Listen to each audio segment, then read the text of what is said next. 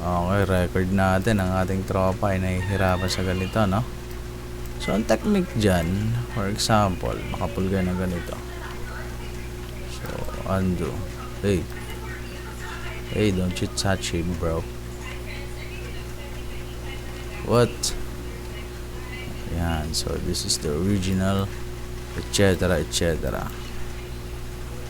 Come on, bro.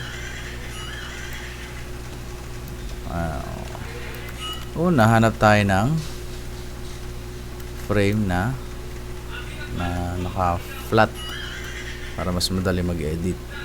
So, nasan yung naka-flat? What? Bagal mag-respond. Come on, hanap tayo. So, ito naka-flat. What? So, ito naka-flat. Ayan. So, once na may nakuha tayo naka-flat, gamit tayo na fifth view. Alam nyo ba yung fifth view? Ayan. Para mas madali. Okay. So, once na nakuha natin si flat. Ayan, yung mga flat dyan. Ayan. Ngayon na nakuha natin siya, i-delete natin siya ngayon. No? So, hey! Gamit tayo ng e-tool. Tcharan. So, siguro ito ito, mamatch muna natin ito. Siguro ito dito sa part na to.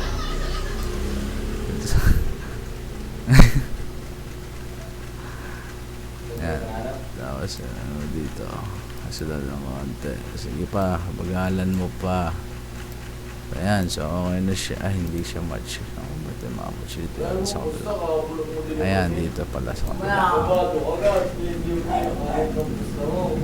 Ito nga ba? Ayan, dito nga. So dito ako magmamatch. Kunin ko lang yung corner na yan. Tapos dito, yan, pantay na sila.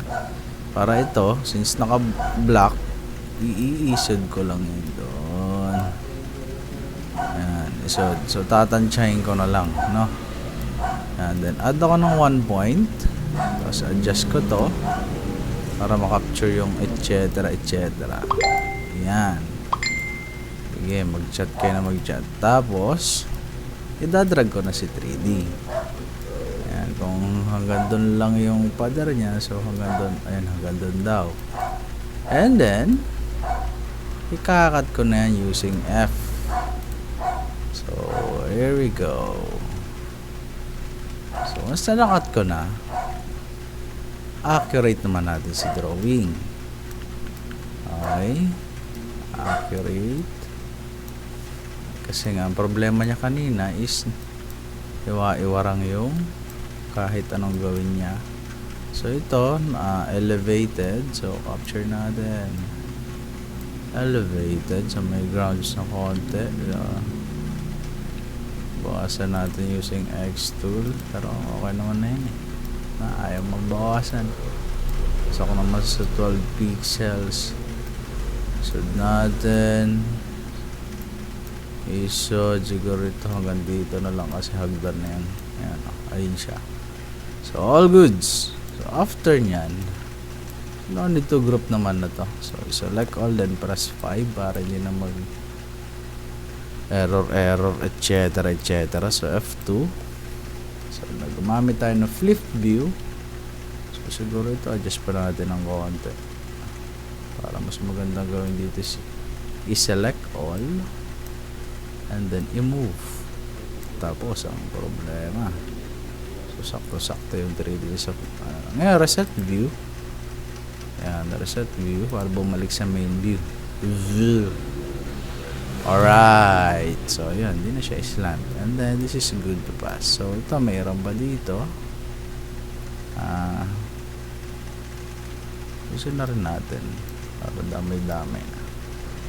Check natin. So hindi siya match. I think mataas lang ito masyado. So isod lang natin ito ng konti. Bababa natin. Siguro hanggang dyan. So isod natin yung konti. Then all goods. Then press L. Check natin kung may gaps kay neighbors. Wala naman. And then F2, check kung mayroon, etc. etc. So naka-NDAS tayo kaya malag na. We're using others, Ginger's computers from all goods. Pwede itong ipasa. Pasa. So check nyo lang yung mga pali-palibot kung meron pa. Ayun lang.